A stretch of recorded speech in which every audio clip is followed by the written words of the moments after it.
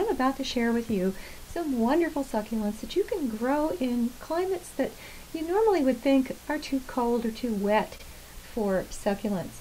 Now, it's true that the banana belt for succulent plants is southern and coastal California from the Bay Area south. But there are wonderful succulents that grow in the Pacific Northwest and in northern and eastern climates that we can't grow in Southern California and wish we could. Wait till you see some of these new cultivars that even collectors may not be aware of. The defining characteristic of succulents is they store moisture in order to get through periods of drought. Give them superb drainage. Succulents don't really want much more rainfall than 20 or 25 inches a year. If they get a little bit more rainfall or too much water, this is the best thing you can amend the soil with. Pumice, which is a crushed volcanic rock. It's organic and completely natural. It's often sold at tack and feed stores to absorb excess moisture in horse stalls. Amend regular potting soil about 70% with pumice, and that'll give you a crumbly, fast-draining mix. And if you're growing cactus, 90 to 95% pumice, because they're very susceptible to rotting. It depends on the succulent. The fleshier and fatter the plant, the more pumice, because the more moisture the plant stores and the less able its roots will be to withstand too much water. Now, the finer-leaved succulents, sedums and sempervivums, they can handle a little bit more water because they don't have so much moisture in their leaves. This is what a succulent garden looks like in Southern California, where so many of the plants can grow in the ground year-round. This garden, which is in my book, Designing with Succulents, the second edition, saved the house that it surrounds from burning in the recent wildfires. So succulents, because of their juiciness, make a wonderful fire break in fire-prone areas that are also warm enough that the plants can grow in the ground year-round. Let's have a look at a Pacific Northwest succulent garden, the Auburns in Eugene, Oregon.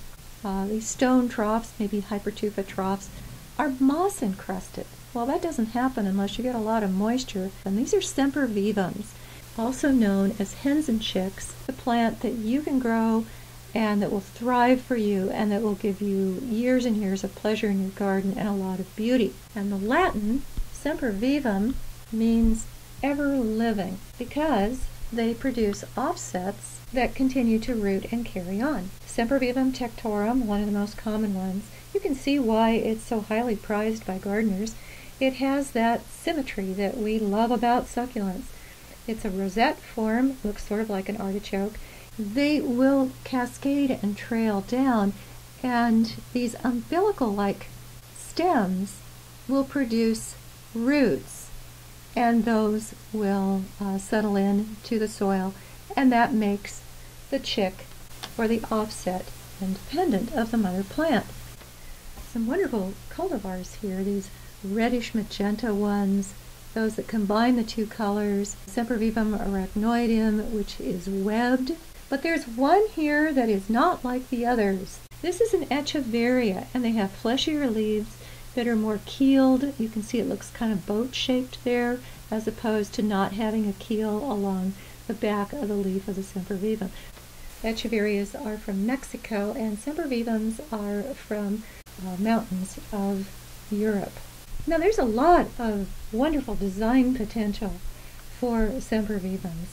I'm going to be showing you some of the work of one of my favorite designers in the Northwest, Todd Holloway of Pot Incorporated in Vancouver, BC. The two most important principles of design are contrast and repetition.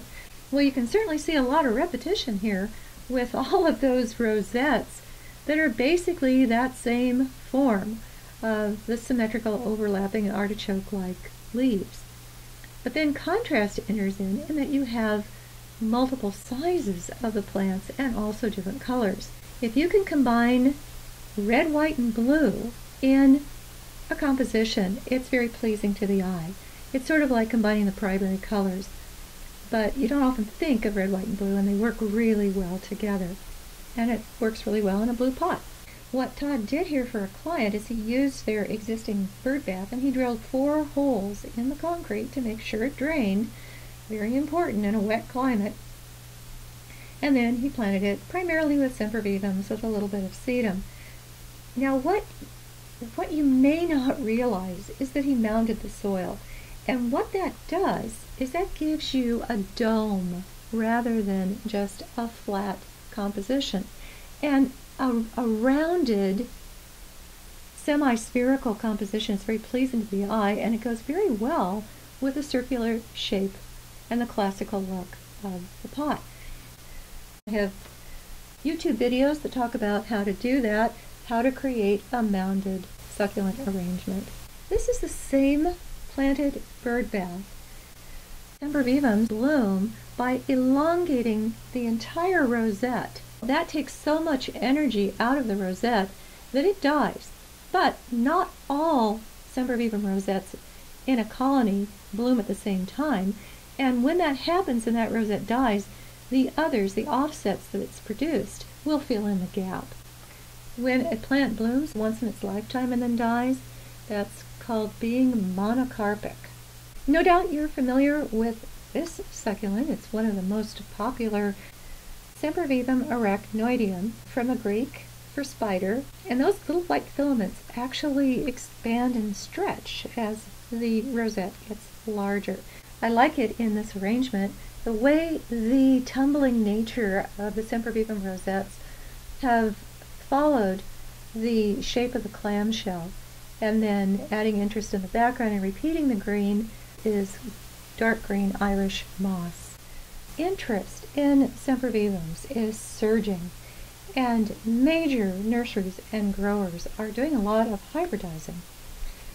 There are a couple of nurseries that I follow, or growers that I follow on Instagram, just for the eye candy. This is SMG Succulents, formerly known as Squaw Mountain Growers, and I recommend that if you're on social media that you follow them. Now these are not necessarily available. They may be in development still, but it's fun to see colors and the forms. And some of them, I mean, look at this one over here on the left. It has those little white tufts that looks like maybe it was crossed with Sempervivum arachnoideum and a redder. And yes, we do have a video on YouTube. How to make a succulent wreath for colder climates.